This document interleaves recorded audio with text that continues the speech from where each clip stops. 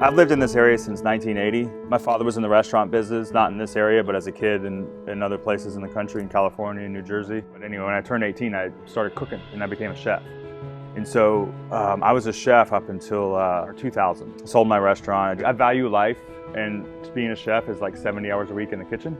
So I was like, you know, I love cooking, and it's one of my favorite passions. Mixing colors to me is exactly the same as blending flavors.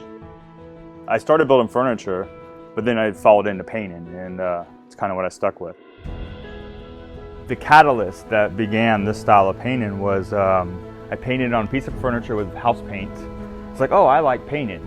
So I painted these primitive scenes on there, and I was like, wow, I kind of like doing that. And so then I painted a painting on a piece of wood of like 4 skeletons cooking around a fire, because I didn't know how to paint people. So that's kind of where I started. The first year I just painted, and literally I haven't stopped painting since. From that day that I painted that first painting, I was like, oh, I want to paint, and I have not stopped. But after about a year of doing that, I got kind of bored, because like I needed more of a challenge, you know. But being a self-taught artist, I didn't really have the tools or the skills to really just jump right into like painting a beautiful impressionistic painting, you know. So like I had to teach myself. I tried, and I was like, wow, this is hard. I was like, this is much harder than I thought. So I was in a museum one day, and I looked at a Van Gogh painting.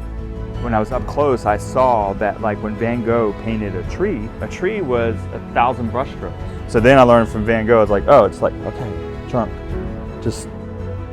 And then with Van Gogh, he has texture.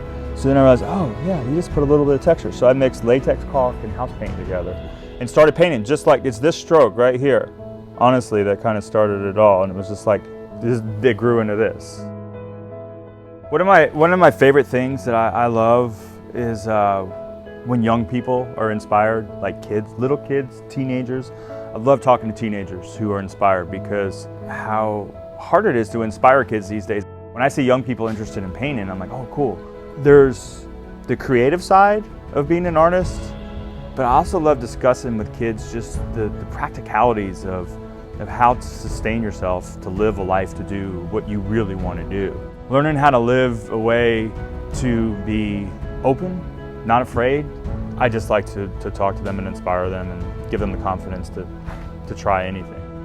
And one of the things I love about living here, it's quiet, it's safe. I have a lake in my backyard, I have a lake across the street that leads into the Gulf. There is state forest surrounding me, and I can walk out in the woods and it's just silent. You know, I love that part of living here, and that inspires me to make art, not just the landscape of what it looks like, but just the peacefulness of it and the safetyness of it, you know.